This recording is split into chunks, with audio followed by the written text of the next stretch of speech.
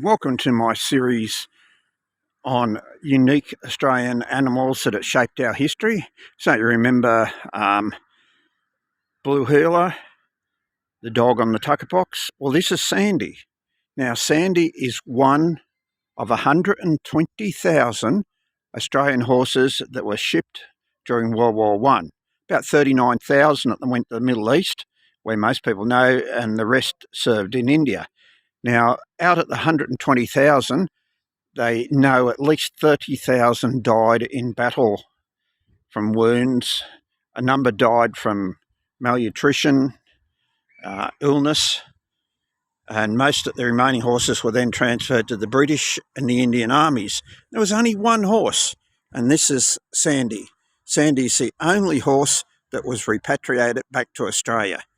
Now, Sandy, the war horse, is immortalised in this bronze statue in the park in a town called Tallangatta. Tallangatta. Now, it's east of Albury-Wodonga, about 40 kilometres, and if you keep going you end up in the Snowy Mountains, and that's the town. But Sandy was returned to Tallangatta, and this is the bronze full-size statue that was erected by a local committee here, commemorating Sandy as the only war horse that was ever returned to Australia from World War I, with this lovely bronze statue here, the plaque at the bottom of it attesting to the fact that it was the only horse to return to Australia from World War I.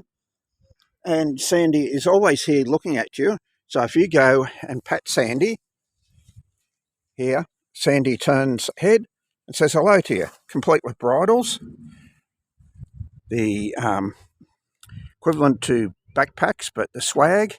And on the other side, Sandy to this day still has the rifle that the soldier who was with her, and his dilly bag there with the food in it.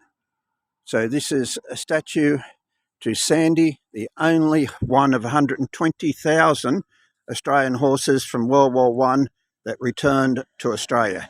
So we've just come through the Snowy Mountains. We've had a look at the Brumbies. I gave you commentary on the Brumbies. Well, now you might add that commentary to this story at Sandy. Hit the like button, subscribe to the channel, and tell us about some other iconic Australian animals you've come across.